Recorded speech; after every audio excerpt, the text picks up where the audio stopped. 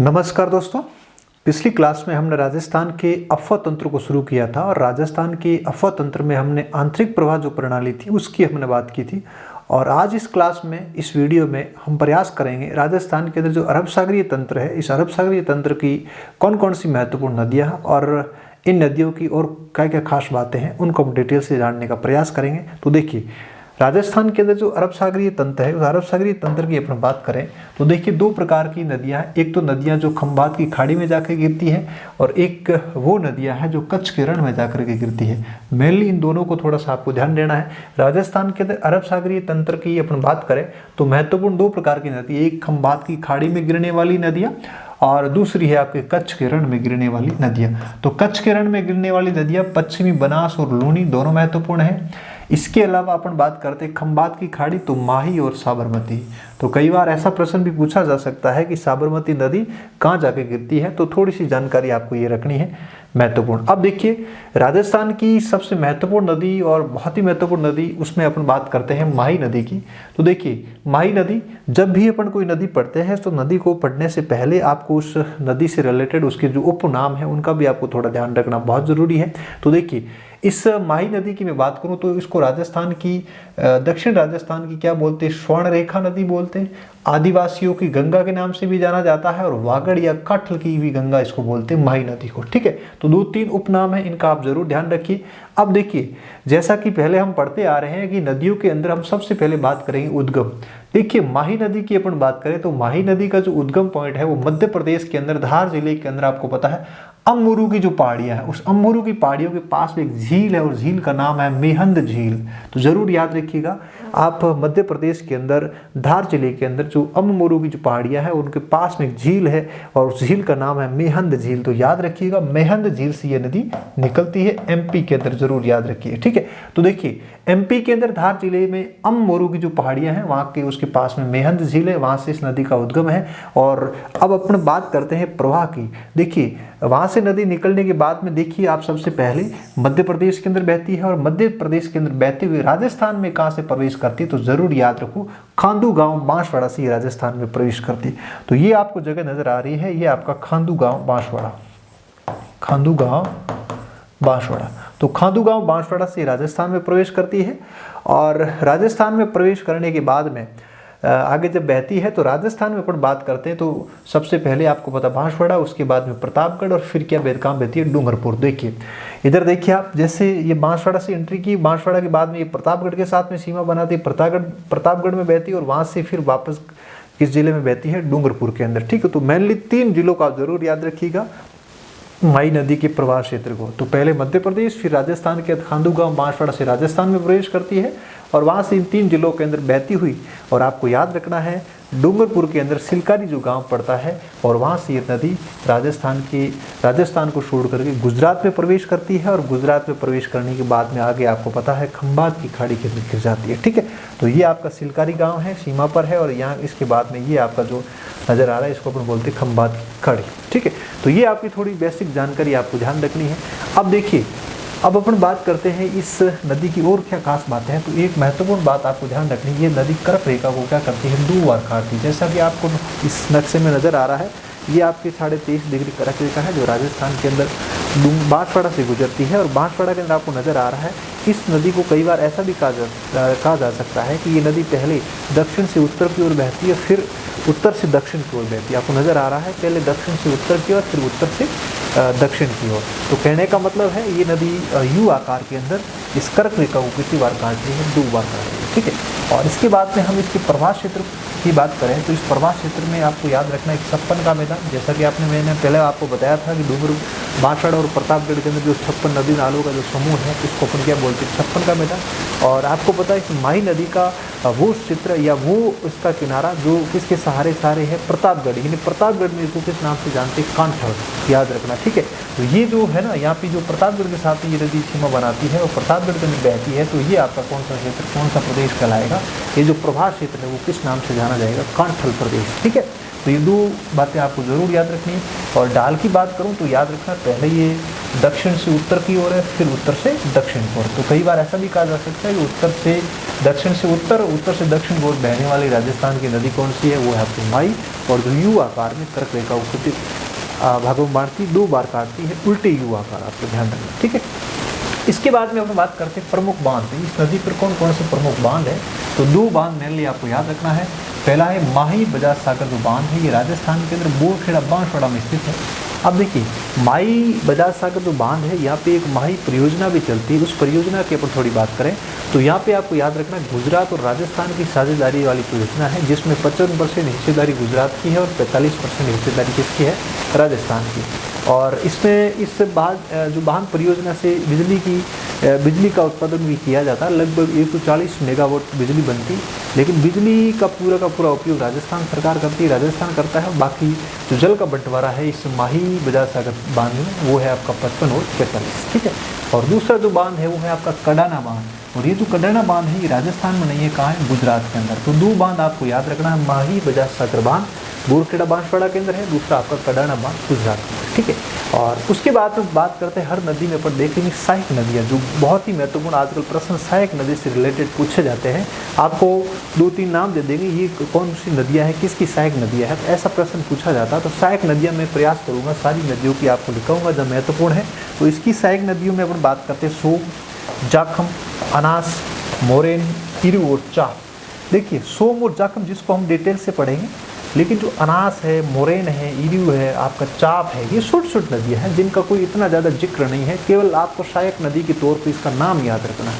Unique भी ये नदी कहाँ से निकलती है, छोटी मोटी नदियाँ हैं, इसलिए आप इसका नाम याद रखिएगा, अनास, मोरेन, इरु और चाप। पीछे वाली चारों बहुत ही महत्वपूर्ण है। आपको जब सहायक नदी पूछेंगे तो ये इनमें से पूछेंगे, न कि इनमें से। सोम और जाखम सबको पता है, तो सोम और जाखम सभी को पता है, क्योंकि हम पढ़ेंगे बेणेश्वर धाम पढ़ेंगे तो वहाँ पे त्रिवेणी बनती है, और त्रिवेणी के अंदर आपको पता सोम, माही और जाखम 3 नदियाँ गिरती है। तो सोम और जाखम ये तो बिल्कुल कॉमन है, लेकिन ये पीछे वाली छोटी नदियाँ हैं इनका आप जरूर याद रखिए, ये इंपॉर्टेंट है। अनास, मोरेन, इरु और चाप, ये जो सहायक नदी है यहाँ से प्रश्न आपको पूछेंगे, ठीक है। तो ये आपको बेसिकली इस माही नदी से रिलेटेड जानकारी है, आपको रखनी है, इससे बाहर आपका प्रश्न नहीं बनेगा। तो प्रयास करिए इन सारी चीज़ों को 1-2 बार आप मैप में इसको ढंग से ड्रॉ करिए, प्रयास करिए तो सारी चीज़ें समझ में आ जाएगी, ठीक है। अब बात करते हैं इसके बाद में अगली जो नदी है वो आपकी सोम नदी। देखिए सबसे पहले बात करते हैं सोम नदी का जो उद्गम स्थल है वो उदयपुर जिले के अंदर, आपको पता है बाबलवाड़ा के जंगलों के अंदर जो पहाड़ियाँ हैं, बिच्छी मेड़ा की पहाड़ियाँ, तो बिच्छी मेड़ा की पहाड़ियों से एक नदी निकलती है जिसका नाम है सोम नदी। और ये नदी आपको ध्यान रखना है वेणेश्वर धाम डूंगरपुर के अंदर किसमें मिल जाती है, माही नदी। तो बिल्कुल सिंपल है, ये आपकी यू आकार के अंदर, उल्टे यू आकार के अंदर माही नदी है। और ये आपके बाबलवाड़ा के जंगलों के अंदर अपन बात करते हैं उदयपुर के अंदर, और बिच्छी मेड़ा की पहाड़ी से एक नदी निकलती है जिसका नाम सोम नदी।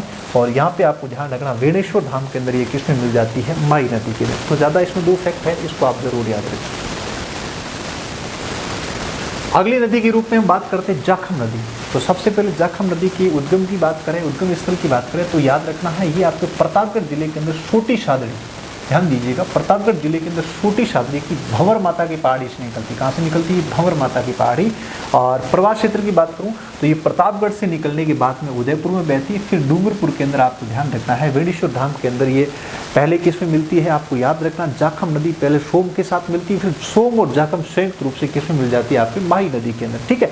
तो देखिए, तो आप देखिए इसको ध्यान से, ये आपकी माही नदी होगी, ये आपकी जाखम, ये आपकी होगी सोम नदी जो बिच्छी मेड़ा की पहाड़ी से निकलती है, और ये आपकी जाखम नदी है जो भंवर माता की पहाड़ी से निकलती है, छोटी शादड़ी प्रतापगढ़। और यहाँ से निकलने के बाद में पहले ये किसमें मिलती है, सोम में, और फिर सोम और जाखम दोनों वेणेश्वर धाम जहाँ पे ये क्या बनाती, त्रिवेणी बनाती है, और वहाँ पे आपको पता है किसमें मिल जाती है, माही के अंदर। तो याद रखना है सोम, जाखम, सोम, माही और जाखम जिसका त्रिवेणी संगम है, बहुत ही महत्वपूर्ण है। और ये त्रिवेणी संगम कहाँ बनाती है, वेणेश्वर धाम। और वेणेश्वर धाम के अंदर आपको पता है एक गाँव है नवा टापरा गाँव, क्या है, नवाटापुरा गांव, ध्यान दीजिएगा, नवा टापरा या नवाटापुरा ऐसे भी बोल दो, ठीक है। इस गांव के अंदर आपको ध्यान रखना है यहाँ पे क्या बनाती है, त्रिवेणी बनाती है। और जो वेणेश्वर धाम में अपन बात करते हैं तो वेणेश्वर धाम आपको याद रखना है 5 स्थानों से खंडित शिवलिंग की पूजा की जाती है।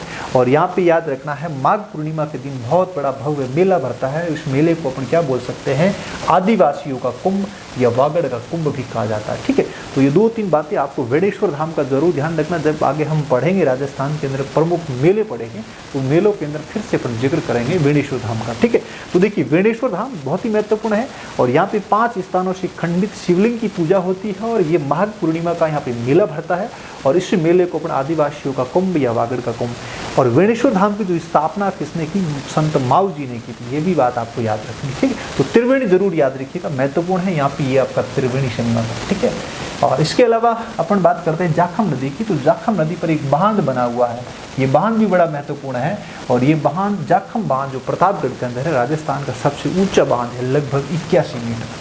ठीक है, ये फैक्ट भी आप जरूर याद रखिएगा, राजस्थान के 81 मीटर ऊंचा बांध है जाखम बांध। ठीक है, तो ये जानकारी है आपकी जाखम नदी। तो देखिए मेनली अरब सागरीय तंत्र के अंदर आपको याद रखना, माही जब पढ़ो तो माही के साथ में सोम और जाखम को जरूर पढ़ना, क्योंकि ये तीनों नदियाँ आप क्या बनाती है, त्रिवेणी बनाती है। ठीक है, चलिए आगे बात करते हैं। अगली नदी के रूप में अपन बात करते हैं साबरमती नदी। देखिए साबरमती नदी जिसका उद्गम होता है उदयपुर जिले के अंदर कोटड़ी गांव से। उदयपुर जिले के अंदर कहाँ से होता है, ये कोटड़ी गांव से, और ये उदयपुर बहती हुई गुजरात जाती है और गुजरात के अंदर आपको याद रखना है जिला साबरकांठा और वहाँ से होते हुए किसमें मिल जाती है, खंबात की खाड़ी। तो याद रखना राजस्थान के अंदर माही और साबरमती दोनों नदियाँ अपना जल कहाँ लेके जाती है, खंबात की खाड़ी। ठीक है, अब देखिए कई बार ऐसा पूछा जाता है कि साबरमती जो नदी है, आपको पता है साबरमती आश्रम भी इसी नदी के किनारे है और इसके किनारे पे आपको 2 जगह याद रखना, एक अहमदाबाद और एक गांधीनगर, 2 शहर इस नदी के किनारे हैं। ठीक है, और सहायक नदी की बात करूं तो वाकल है, सेई है और हतमती, ये तीनों महत्वपूर्ण है। इसकी सहायक नदियाँ याद रखिएगा। देखिए आपको एग्जाम में छोटी छोटी नदियों की सहायक नदियाँ पूछी जाती है, जैसे हम बंगाल की खाड़ी वाली पढ़ेंगे तो उसमें पार्वती की सहायक नदियाँ है, परवन की सहायक नदियाँ है, काली सिंध की सहायक नदियाँ हैं, वो पूछेंगे। आपको चंबल की नहीं पूछेंगे, चंबल की आपको लगभग पता बड़ी बड़ी नदियाँ हैं, लेकिन जो छोटी छोटी सहायक नदियाँ उनकी भी कुछ सहायक नदियाँ हैं, क्योंकि नदियों का एक जाल होता है। आपको पता है जैसे राजस्थान के अंदर छोटी छोटी नदियाँ जब आगे मिलती है तो छोटी नदियों की वो सहायक नदी, फिर और थोड़ी बड़ी नदी मिलती तो बड़ी नदी की सहायक नदी, धीरे धीरे ऐसे करके नदियों का तंत्र बनता, जाल बनता, जिसको अपन क्या बोलते हैं, ड्रेनेज सिस्टम, अपवाह तंत्र बोलते। ठीक है, तो ये आपको ध्यान रखना है। देखिए उद्गम उदयपुर से, कोटड़ी गांव से राजस्थान में बहने के बाद में गुजरात जाती है और गुजरात के अंदर साबरकांठा और वहाँ से होते हुए खंबात की खाड़ी में मिल जाती है। और इसके किनारे की बात करें तो अहमदाबाद और गांधीनगर, 2 शहर आप जरूर याद रखना। सहायक नदी बहुत महत्वपूर्ण, यहाँ से सबसे इंपॉर्टेंट पॉइंट है वो ये आपका सहायक नदी वाला, जिसमें वाकल है, सही है और हतमती है। और आपको पता सही नदी पर सही बांध भी बना हुआ, ये बात ध्यान रखना। एक बार RAS के अंदर प्रश्न पूछा गया था, 2013 वाली भर्ती में था, एक क्वेश्चन पूछा गया था कि किस नदी का अपवा तंत्र बहुत सबसे कम है, जिसमें 3-4 ऑप्शन में से वाकल था, सही, ऐसे करके 2-3 ऑप्शन थे, उसमें एक वाकल था। बाकी देखिए साबरमती, वाकल और 2 और नदियाँ थी। तो आपको ध्यान रखना है जो वाकल नदी है छोटी सी नदी, इसका अपवा तंत्र बहुत छोटा है, तो याद रखना वाकल नदी। तो ये आपकी सहायक नदियाँ 3, वाकल, सही और हतमती। ठीक है, आगे अपन बात करते हैं। तो अगली जो नदी है वो आपकी पश्चिमी बनास। देखिए पश्चिमी बनास के उद्गम की बात करूं तो ये सिरोही जिले के अंदर एक नया शानवाड़ा जो गांव है वहाँ से ये नदी निकलती है और वहाँ से ये सिरोही से बनासकांठा जो जगह पड़ती गुजरात के अंदर वहाँ जाती है, वहाँ से सीधे कहाँ मिल जाती है, कहाँ विलीन हो जाती है, कच्छ के रण में। तो याद रखिएगा राजस्थान के अंदर लूनी और पश्चिमी बनास, लूनी और पश्चिमी बनास 2 नदियाँ हैं जो अपना जल कच्छ की रण में विलीन करती, कच्छ की रण में जाके गिरती है। ठीक है, तो देखिए उद्गम कहाँ से होता है, उद्गम याद रखना सिरोही के नया शानवाड़ा गांव से ये नदी निकलती है और फिर बनासकांठा और फिर गुजरात के अंदर, उसके बाद में ये गुजरात के अंदर कच्छ के रण के अंदर क्या हो जाती है, विलीन। और इसके किनारे अपन बात करें तो कौन सा शहर है, डीसा शहर, ध्यान रखना। ठीक है, बहुत ही सिंपल है, लोकेशन आप देख सकते हो इस तरह से, ये नदी आपको ध्यान रखना, छोटी सी नदी है। उसके बाद में देखिए पश्चिमी राजस्थान की सबसे बड़ी नदी, बहुत ही महत्वपूर्ण नदी है, यहाँ पे आपको जरूर याद रखना, लूनी। देखिए लूनी की उपनाम की बात करूँ तो लवणाद्री नदी के नाम से भी जाना जाता है। और पश्चिमी राजस्थान की अपन इसको गंगा भी बोल सकते हैं, सबसे बड़ी नदी है पश्चिमी राजस्थान की। अब देखते हैं राजस्थान के अंदर, पश्चिमी राजस्थान के अंदर कितने जिलों के अंदर इस नदी का प्रवाह क्षेत्र है। तो सबसे पहले बात करते हैं इसके उद्गम स्थल की। देखिए उद्गम स्थल की मैं बात करूं तो ध्यान रखना है ये अजमेर जिले के अंदर नागपाड़ी से निकलती है, अजमेर जिले के अंदर नागपाड़ी से निकलती है। और जब ये नदी निकलती है उस समय इसका नाम लूणी न होकर के क्या है, सागरमती। ये भी प्रश्न कई बार एग्जाम में पूछा है, तो याद रखिएगा इस नदी का उद्गम अजमेर जिले की नागपाड़ी से निकलती है। जब ये नदी निकलती है उस समय इसका नाम क्या है? सागरमती। तो आपको एक चीज़ ध्यान रखना है, जैसे ये नदी यहाँ से नागपाड़ से निकली और निकली उस समय इसका नाम क्या था? सागरमती। लेकिन आपको पता है कि एक नदी है जो गोविंदगढ़ अजमेर से निकलती है और इसका नदी का नाम है सरस्वती नदी। जब ये सरस्वती नदी इसमें मिल जाती है उसके बाद में इसका नाम क्या हो जाता है? लूनी। तो देखिए ये जो गोविंदगढ़ अजमेर है यहाँ से एक नदी निकलती सरस्वती, और जैसे ही सरस्वती इस सागरमती नदी के अंदर मिलती है उसके बाद में इसका नाम क्या हो जाता है? लूनी। तो ये थोड़ा सा फैक्ट याद रखना आप। देखिए जब ये निकलती है नागपाड़ से उस समय नाम इसका सागरमती है, लेकिन गोविंदगढ़ अजमेर में जब सरस्वती नदी इसमें मिल जाती है तो इस नदी का नाम क्या हो जाता है? लूनी नदी हो जाता है। अब अपन इस नदी के प्रवाह की बात करें, प्रवाह क्षेत्र की बात करें, तो देखिए आपको पता है ये अजमेर से निकलती है, अजमेर के बाद में नागौर में बहती है, उसके बाद में आपके नागौर के बाद में पाली, जोधपुर, और उसके बाद में बाड़मेर, और फिर जालोर, और जालोर के बाद में आपको पता है कच्छ के रण के अंदर ये क्या हो जाती है? विलीन हो जाती है। याद रखना है कच्छ के रण के अंदर लूनी और कच्छ बना। ठीक है, तो ये आपको प्रवाह के जिले है, आपको याद रखना है 6 जिलों के अंदर बहती है। अजमेर, फिर नागौर, फिर पाली, फिर जोधपुर, फिर बाड़मेर, फिर जालोर, और फिर आपका कच्छ का रण। एक चीज़ कई बार ये पूछा जाता है कि जालोर के अंदर जो उसका प्रवाह है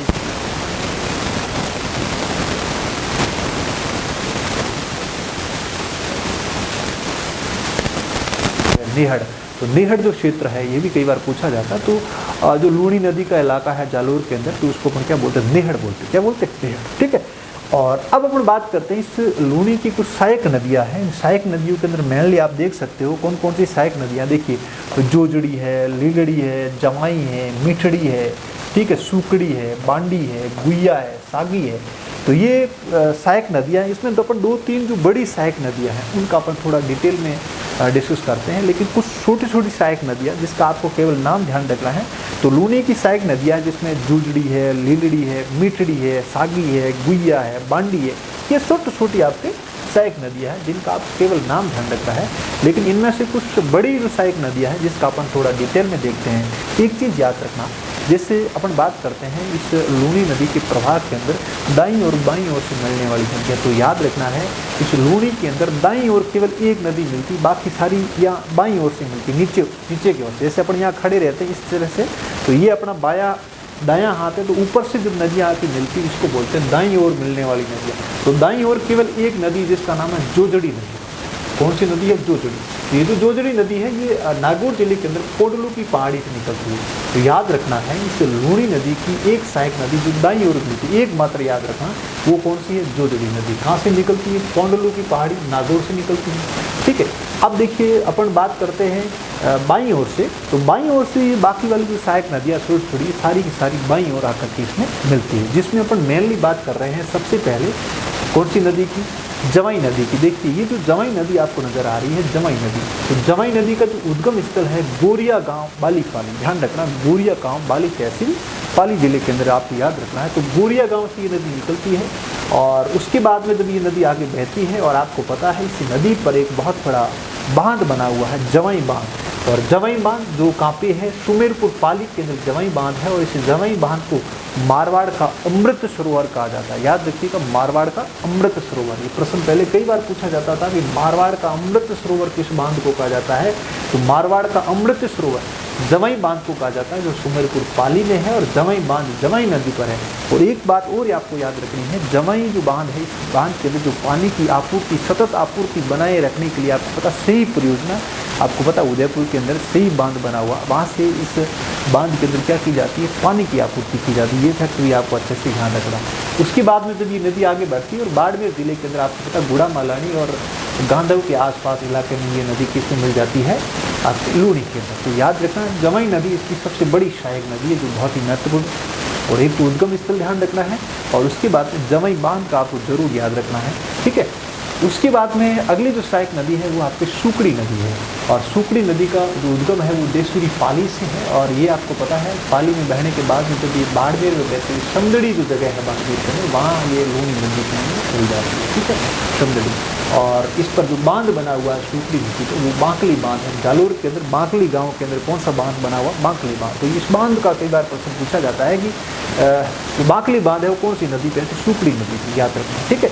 इसके अलावा आपको एक चीज़ और ध्यान रखना, जब कहते हैं कि नाग पहाड़ी जो पुष्कर के जो वन है वहाँ पे जब वर्षा ज़्यादा होती है तो इसमें बाढ़ जड़ी स्थिति हो जाती है। और आपको याद रखना है कि इसका जो प्रवाह है वो इंडस्ट्रियल इलाके में ज़्यादा है। बाड़मेर के अंदर बालोतरा जो पूरा का पूरा औद्योगिक क्षेत्र है, जब ये औद्योगिक क्षेत्र में बहती है तो उस औद्योगिक क्षेत्र में बहने की वजह से बहुत ज़्यादा प्रदूषित इलाका होता है, क्योंकि वहाँ कई ऐसी फैक्ट्रियाँ होती है और बहुत ज़्यादा पानी, प्रदूषित पानी, कपड़ों की जो रंगाई और सफाई होती है, इस वजह से इसका पानी इस बालोतरा के बाद में थोड़ा ज़्यादा प्रदूषित हो जाता है। इस वजह से इसको अपन लूणी नदी बोलते। बाकी इससे पहले अपन लूणी नदी इसको बोले तो ऐसा कुछ नहीं है, लेकिन उसके बाद में ज़्यादा प्रदूषित होने की वजह से इसका पानी बहुत ज़्यादा दूषित हो जाता है, उसके बाद अपन इसको कह सकते हैं कि लूणी नदी। और कई बार जब वर्षा ज़्यादा होती तो बालोतरा इसके आसपास के इलाकों में बाढ़ जड़ी स्थिति आ जाती है, क्योंकि राजस्थान के अंदर हनुमानगढ़ जंक्शन और ये जो बालोतरा जो क्षेत्र है ये बहुत ज़्यादा नीचे है, मतलब काफ़ी नीचे होने की वजह से यहाँ बाढ़ जड़ी स्थिति हो जाती है। ये 2-3 बातें आपको इसके संदर्भ में ध्यान रखनी बहुत ही महत्वपूर्ण है,